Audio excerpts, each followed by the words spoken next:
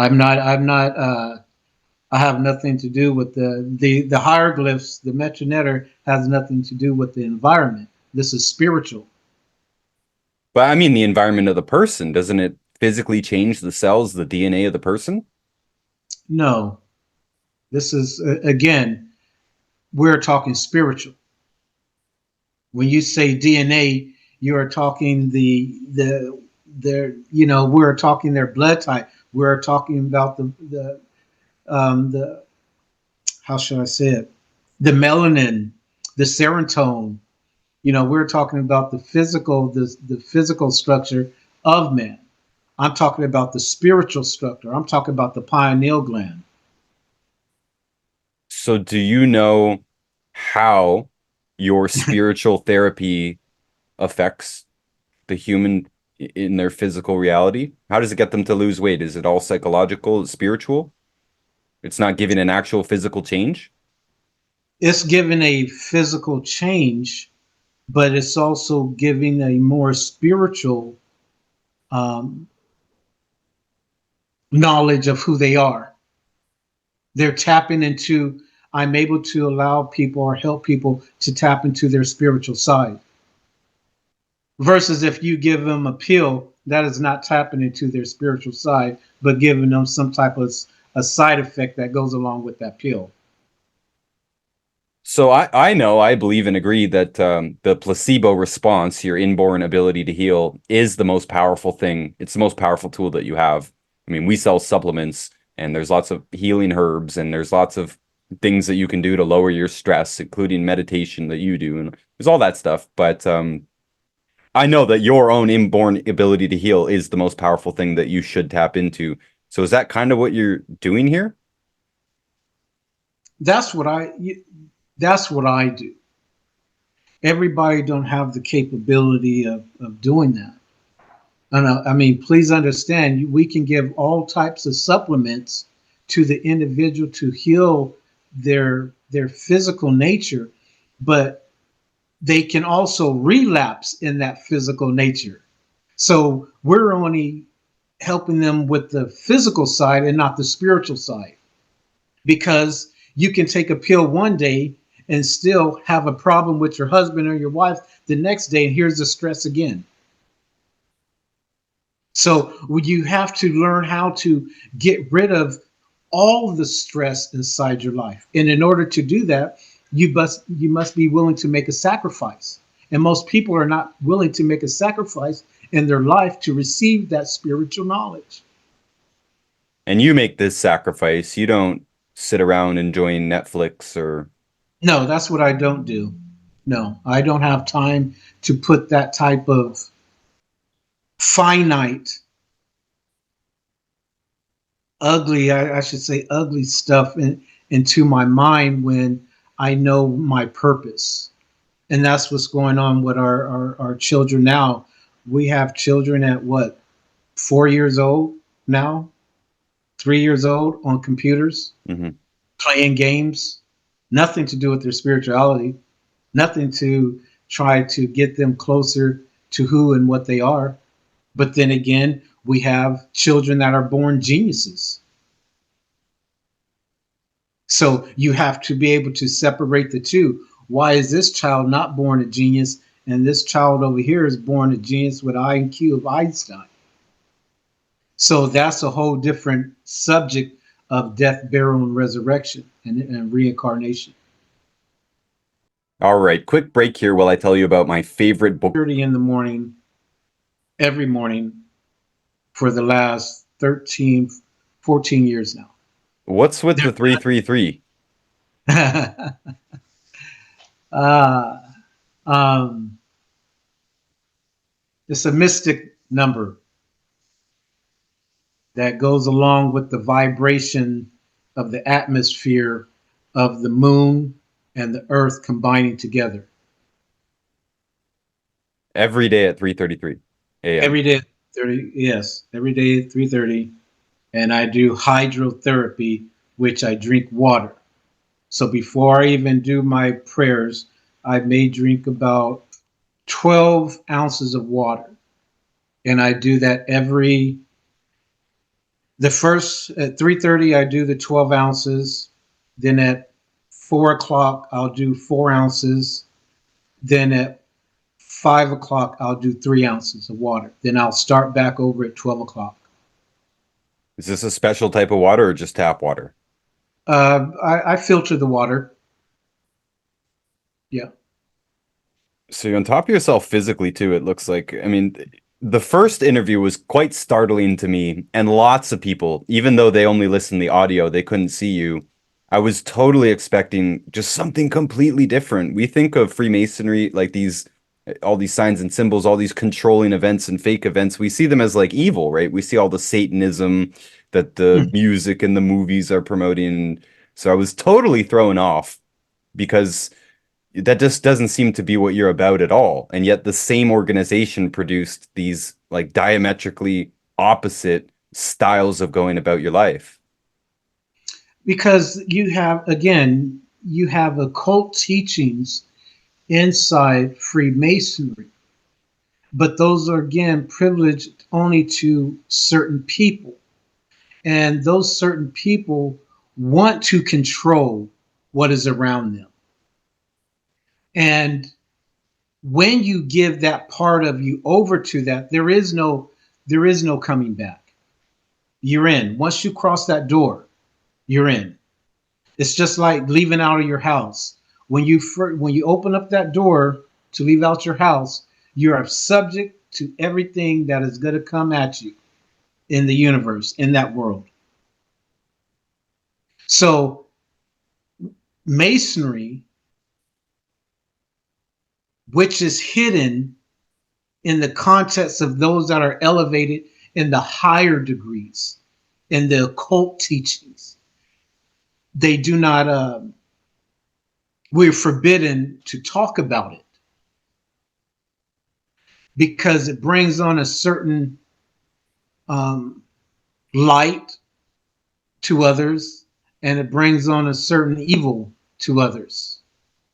Most of the higher masonry want to keep people in the dark because to be exposed truly of what they do is you bring very bad harm to yourself.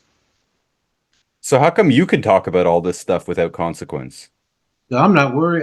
Again, um, I don't try to boast myself, but I write ancient Egyptian hieroglyphs.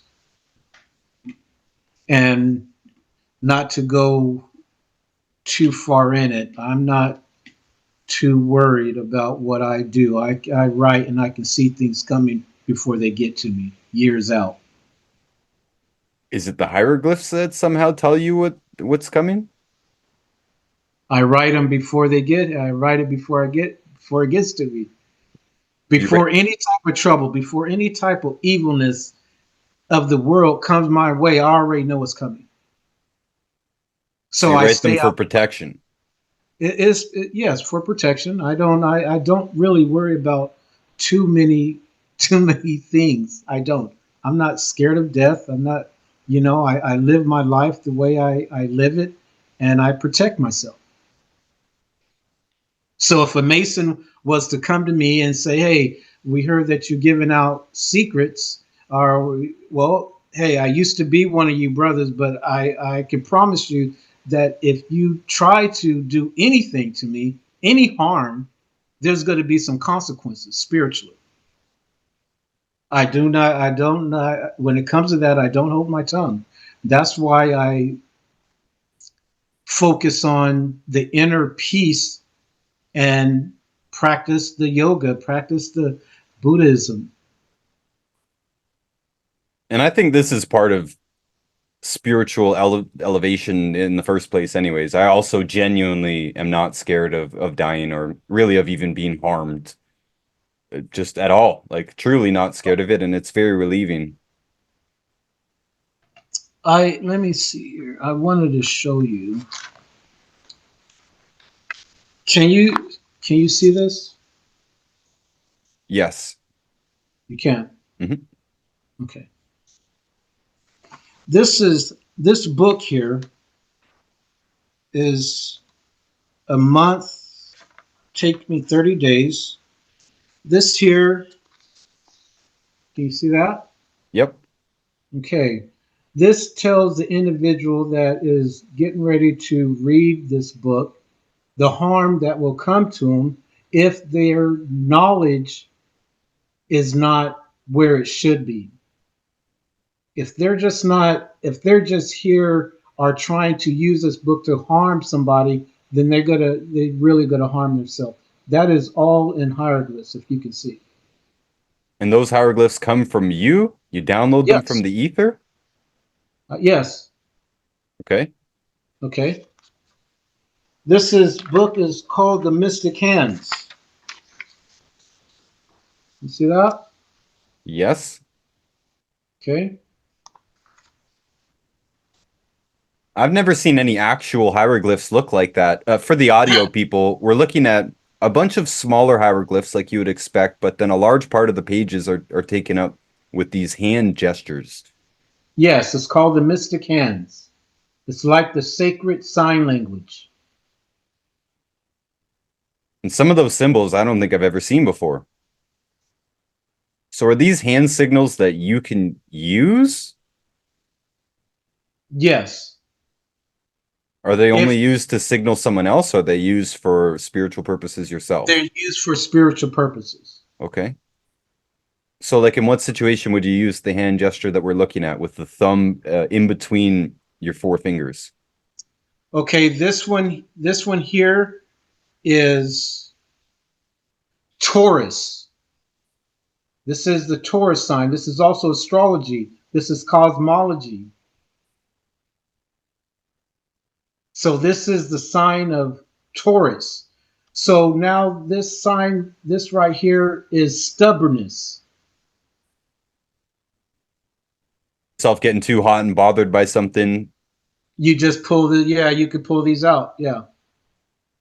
And it lets you, again, most of them has the serpent.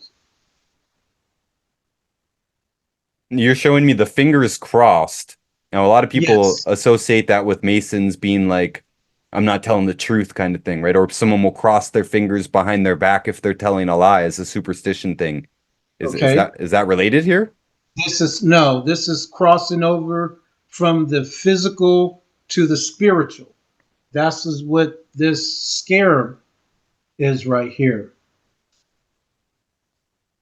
So you do that signal when you want to enter the I do spiritual. this signal. This right here is Gemini. This is Gemini. This is a sign of Gemini. As we know, some Geminis they can be, 1 minute they're one way, the next minute they're another way. Two-faced. Right. So this is the astrology sign for Gemini, but for a personal aspect, it's a sign of, again, going back to discipline. How come you used Gemini instead of Janus? Isn't it Janus? Well, this I use Gemini because I'm probably speaking to an English speaking audience. But if this is Egyptian, so I would use Kephra. These are Kephra. Okay. So you've got to just download these from the ether, write them down as symbols, and then spend the next 6 months translating them into English. Yes. Well, I can write. I know exactly what they're saying. This symbol here, it's like the devil horn thing. This one right here is Scorpio. You see a lot of rock stars doing that and stuff. Everyone says it's a devil symbol. Yes, it's not a devil symbol because you got to realize who and what the devil is. Okay, most people, they are their own devil. They create their own havoc. They create their own chaos. So when we speak of the devil, that is only a sign to allow individuals know, or the world, when people do that, they feel that that is the sign of the Illuminati or the sign of the goat, which if you run in that circle, it's only letting the individual, when you do the sign, letting them know who you are and what you're about, and that you believe in what they believe in. That same sign that I showed you, you can use in a courtroom. You can stop court proceedings with that sign if you're in the higher knowledge. How will somebody know if you're in the higher knowledge or not? Like, I say I'm in court, I throw the devil symbol. I'm just calling it the devil symbol just because that's what we're Okay. used to thinking, or the goat symbol. I throw that up. How do they know I'm not a 33-degree Mason? Well, not all Masons throw that symbol up. And if we do throw that symbol up, there's another symbol that goes with it in the palm of our hand. So we can use two fingers, okay? Or we can use, which I have inside there, you can use the top of your hand coming over it, covering it. And that means that I'm hiding your secrets. I know who you about. I know what you're about. Well, couldn't But I I'm just learn all? Couldn't I learn all these and then impersonate a Mason? Get myself out of court? No, because when you try to do that in a courtroom, the judge is going to tell the bailiff to escort you to the chambers.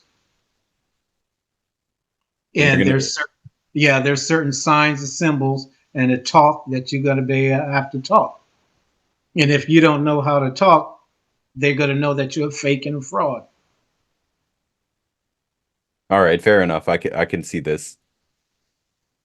So you said very clearly you're not afraid of consequences of speaking whatever you want to say, and you've been very clear about telling us what you want to say, and I'm sure leaving stuff out that you don't want to say. But have you ever had a talking to or anything? Like, I know you're not afraid of them, but has anyone been like, "Hey, Dr. Tehuti, you're giving out our secrets. We don't like this."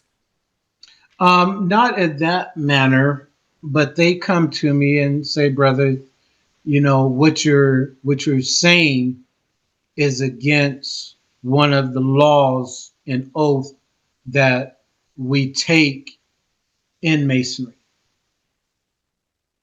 Never to reveal any signs, secrets, or points of Freemasonry. And you took that oath. Yes, I've taken that oath. So you don't feel that you're doing something wrong by breaking it? Once you have the knowledge of self, and once you see, it's like giving a child a book, and then once they reach 23, 24 years old, they find out that the book is a lie. Now you got to question and go back and begin to question, why were you teaching this the whole time and it was a lie? It never helped me to elevate who I was. It never helped me to elevate my mother or my daughter or my son. You mean the secrecy never helped you? The secrecy, right. So you think that's a false teaching? When it comes to trying to elevate, your family, this is more of a society that is based on, again, what you can get, what you can receive. It doesn't give you no real light to the truth because it's been hidden. So you're following your heart and your gut, and you're not going to let Freemasonry tell you what you can and cannot do. That's what's not going to happen. Until my last breath, I will be giving that knowledge of self. Are there other things other than this secrecy? I know you have several problems with the way that Freemasonry is being practiced a lot, but do you think there's anything else in their core teachings that you have such a strong disagreement with? I would say hiding behind religion. In certain aspects in certain degrees, you take your oath on the Bible, you take your oath on the Quran. There's hiding behind religion. You're faking it. You're fake. You're a fraud, and you use religion to, to try to bamboozle the people into thinking that you really are living who you are. You're living the life that you're supposed to be living. So you don't practice any specific religion. No, I now so more meditated um, on the practice of Buddhism. That's the spiritual part of Buddhism and the practice.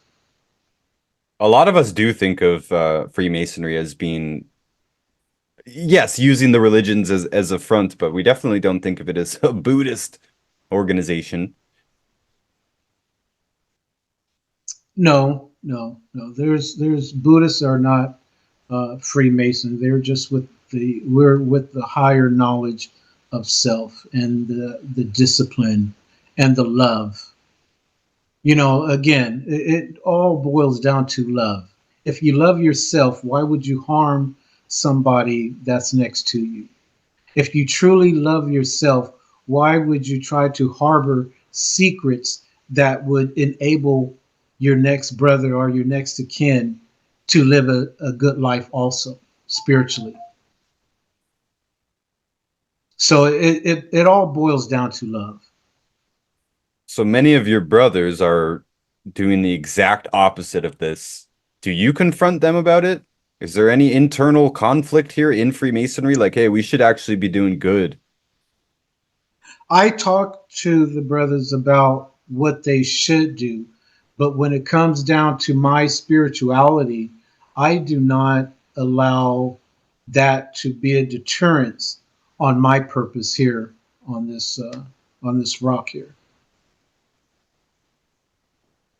They're going to do whatever they want to do anyway, regardless of what I say. So long as they don't meet me at my door, I am fine with that. Obviously, people like you are a minority in the Freemason world. Does that worry you? In what way? Well, do you have children? Yeah. Are you worried that they're being brought up in a world that's being dominated by these people who are using the teachings of Freemason to enslave humanity, keep humanity down? They have to live in Um, that world too, right? yeah, they gotta live in that world. My children are about that knowledge. Yeah. So they're So going to be protected I don't because have of what young you've taught them. children. My children are older. They're in their Okay. 30s. Yeah. So So they they're already protected do that. Yeah. because you've taught them the right way to use the knowledge. Yes. Yes.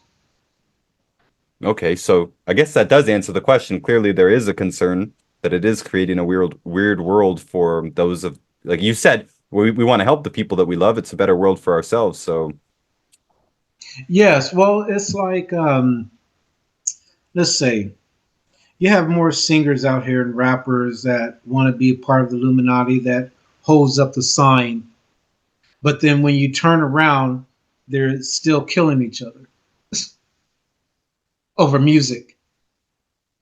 They're still allowing themselves to be hypocritical when they should be trying to give out good knowledge to our younger children.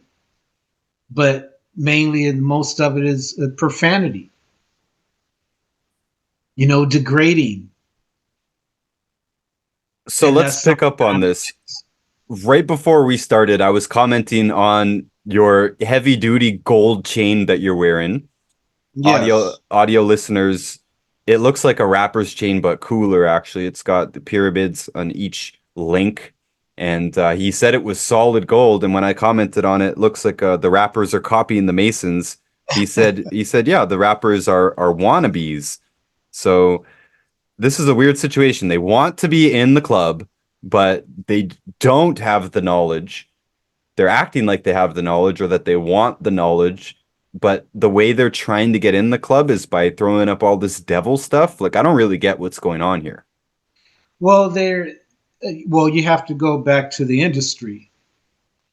Any way, if you got an individual that's rapping and degrading their own culture or putting down their own culture or cussing and putting down the women, of course they're going to promote that. They're going to promote anything that's going to take you away from your spirituality and keep you stagnated to your growth. So when they want to belong to these clubs, it starts with the industry. You know, you have a lot of, rappers out there that are part of the Freemason, but only because of their want to be able to get out of certain things and be able to have certain things. They think it's cool to be in it. And the majority, I would say only maybe 2%, if that, is affiliated with the Masonry. Or if they went to college, they are affiliated with the Greek letter fraternity. And those are like subsidiaries of Oh Freemasonry. yes, yes, And it's surprising that there are several rappers who do not even look literate, yet they have college degrees. That's a very interesting thing. And right. they go on to act like an idiot, and yeah, of course, dumb us all down with their dumb music. That very interesting. So these rappers are not actually ever going to attain enlightenment, and they're probably not even trying to do that. They're just trying to get into the power club. Yes, yeah. They would never take time out of their, even with all the money that they have, they would never take time out to go travel to any temple, to sit with any Buddhist monk or any master to gain that enlightenment at all. So they won't be taken seriously by people of your status within No, Freemasonry at all. none whatsoever. So they're selling their soul for nothing. Is it literally selling your soul? Yes, that's exactly what you're doing, and that's exactly what they do. They will never be able to bust the pineal gland, what we call the acorn, you know, to be able to receive that spiritual knowledge. So you didn't sell your soul. No, Even when you took your oaths and stuff, like it was all for the higher up stuff, the illuminate. I was at that time. I was 20. I came into masonry at 21. At that time, I was still in darkness and seeking that knowledge. Again, my father was, I came in, my father was a Mason, my grandfather was a Mason. So it was my understanding to follow into that foot trap. But actually, when I became more knowledgeable and more understanding, I began to move away from it because it wasn't something that my soul or my spirit identified with. And we talked about that last time. You kind of took what you wanted from Freemasonry and left the rest. Yes. You told a story last time about how some ladies came up to you downtown Detroit and they had something to do with recruiting you, but you already were expected to be a Freemason if your father and grandfather were. What was the relevance of those ladies? Um, that was in Detroit. That was in 1994.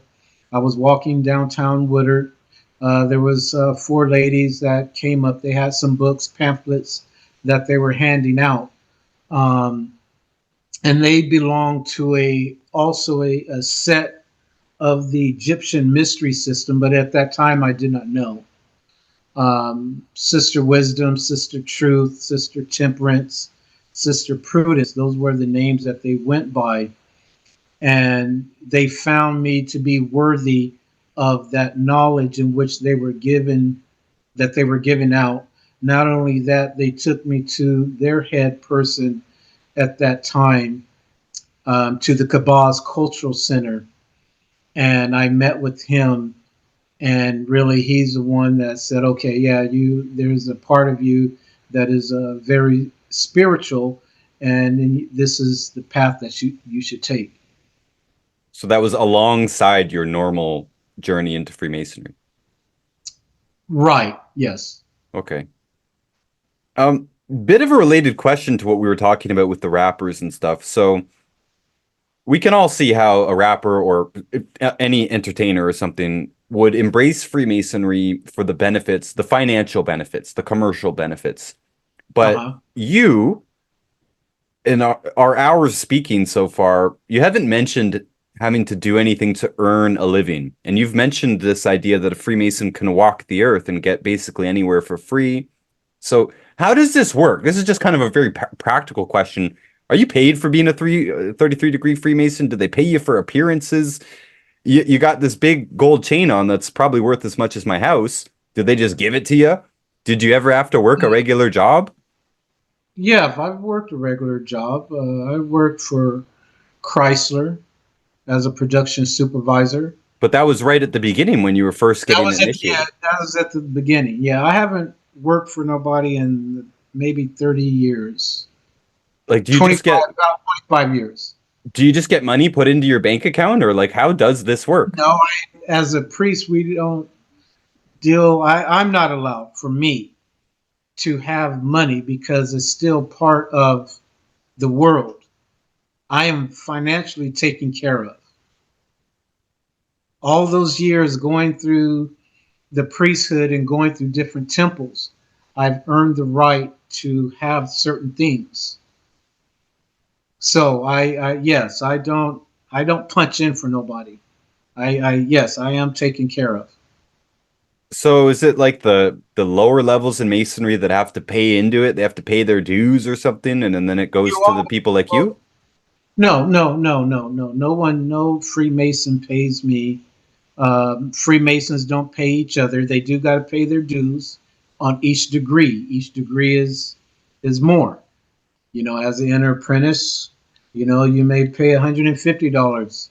As a fellow craft, you may pay another 200 some dollars. As a master mason, you may pay another $300. As a fourth degree mason, fifth degree mason, each step you are paying something to be able to receive booklets, aprons, uh, and hardware that goes along with that degree.